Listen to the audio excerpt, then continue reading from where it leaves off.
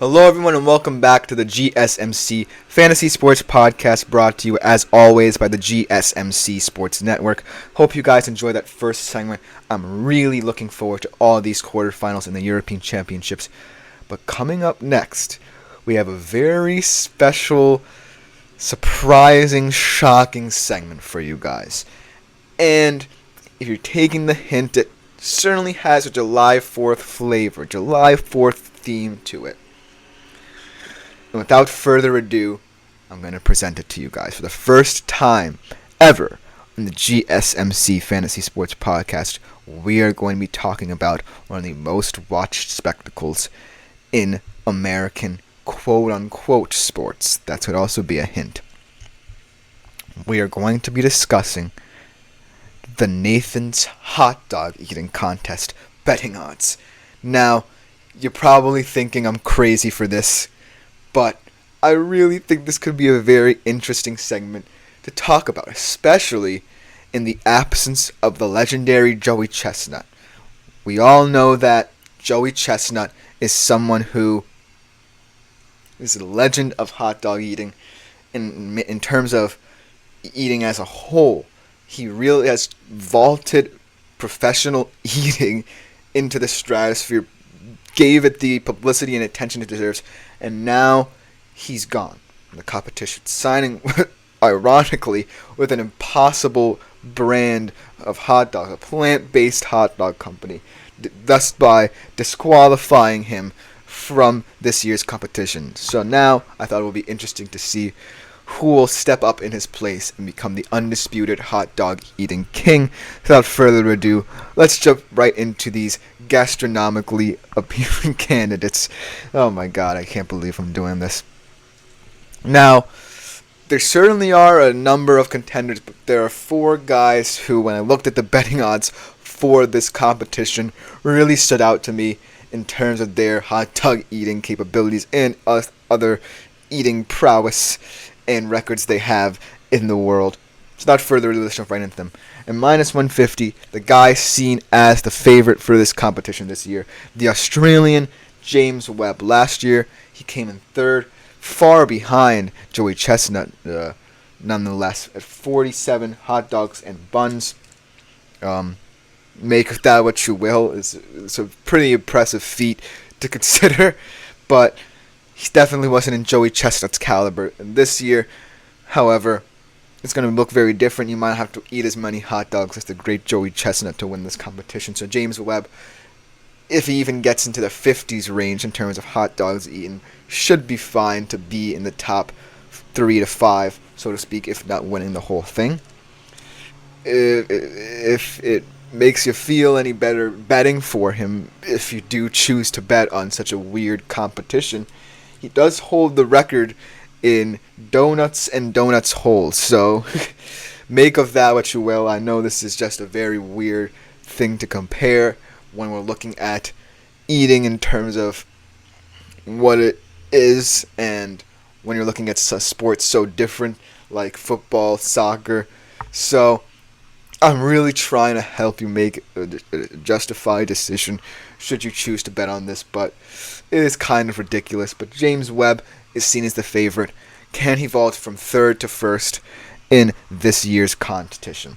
Another guy who's going to be a heavy favorite at plus 110 is Jeffrey Esper. He holds a lot of different world records in Major League eating. Oh god, I can't believe there is such a thing as Major League eating.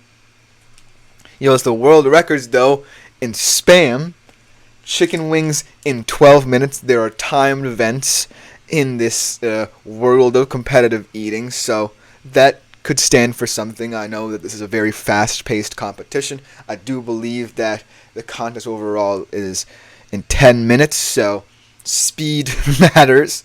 And then he also holds the world record in corn dogs, which is a variation of a hot dog, so that could be a plus for him, in 3 minutes with 11. That's very impressive for corn dogs, especially. Oh, God. But if you want to look for someone who's a safe bet and can challenge James Webb as the favorite, it should be Jeffrey Esper, because he holds a lot of world records, and he's a very speedy eater, as we can see with all the different competitions where he was timed.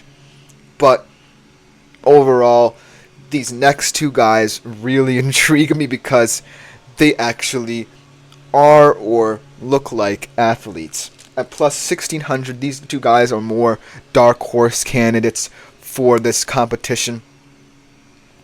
Bartley Weaver IV. Last year, he ate 40 hot dogs and buns to qualify for the competition, so only 7 behind a guy like James Webb, so we can push himself into that range.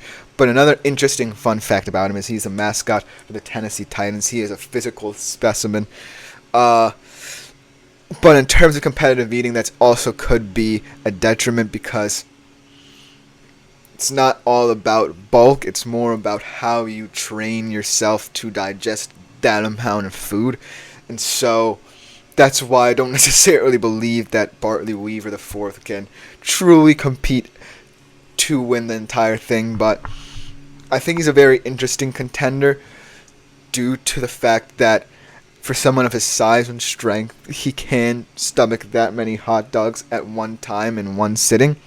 But ultimately, I think this next guy is much better seen as a dark horse contender because of his similar build to a guy like Joey Chestnut and because he's also an athlete as well. And you have to understand one thing.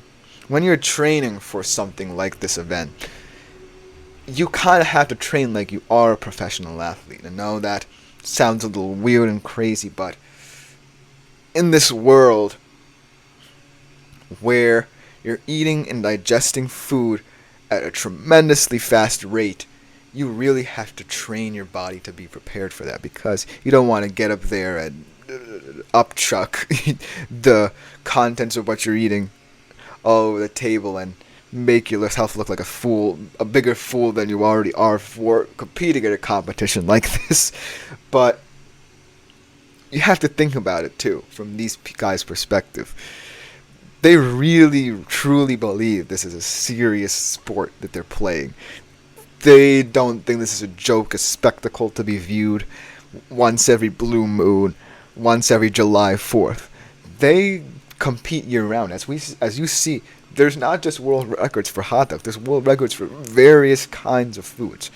There's a legitimate organization named Major League Eating that certifies itself as one of the top foundations for competitive eating. So you have to take into consideration that these guys, while they certainly might look like athletes, they definitely train themselves for this point. Every single year they're looking to head to each respective competition saying, what do I have to do to make sure that I can break records in terms of eating X amount of food? And so that's what really makes this whole thing very intriguing. Where, I just had a guy named Joey Chestnut who, for many, many years, almost 2 decades, everyone knew he was going to win. Everyone knew. He just had the capacity of an elephant, that he consumed food in bunches, and everyone just tuned in to see what amount of hot dogs and buns he would break, whether he would break his own world record. And that's what made this such a spectacle. But this year I think it's a bit different because Joey Chestnut's no longer there. So the idea of that appeal is gone. You don't have the face of what made this competition so good. You just have this group, this strong collective of contenders who are just very even. And so really finding someone to bet on is going to be difficult because these guys have been doing it for so long and they've done so well in many different areas of eating that I really don't think that there is one true contender. These 4 guys I'm talking to you about right now are seen as either top contenders or dark horses to take that spot, but in this field it's going to be very difficult to separate yourselves. But last but not least, this is my favorite at the very least, mainly due to what I said before. He's similar build to Joey Chestnut, and I think he has the training regimen, no matter how weird that sounds, talking about competitive eating. I keep on saying that. I think that this guy is a true contender in Dark Horse. At plus 1,600, Gideon Oji. He's the tallest athlete in the field. And the reason why I think that matters is because when you are stretching your stomach, right, height matters, right? When you're training yourself to digest that food, height matters because it seems weird, but anatomically speaking, height matters in terms of the digestive system, and I think OG certainly has an interesting advantage in that department. He also ate 38 hot dogs and buns in 2021, where he finished 4th, and he definitely has one of the more healthy world records in this field, with a world record in kale eating. That's a very interesting thing. He also actually did play professional basketball. I believe it was in a French league. So that just does help if you're looking for someone who actually screams athlete and is a true athlete and not just someone who does this as a living. Gideon Oji was actually a true athlete, and he's definitely one of the healthiest competitors in this field. But overall, I think this should be an exciting contest. Obviously, Joey Chestnut, he is going to face Kobayashi in a live hot dog eating contest later in the year. But he's going to be sorely missed because of the fact he brings that intrigue to this spectacle. But with new contenders, I think that anything goes. I'm just so intrigued and excited to be giving you guys this information because I truly wanted this to be a surprising segment and kind of a shocking one as well to kind of start the show. But coming up next, we're going to transition from the world of gastronomical feats to the world of player profiles. We're going to continue with those, and coming up next is a running back who I think is going to have an interesting year with a new team.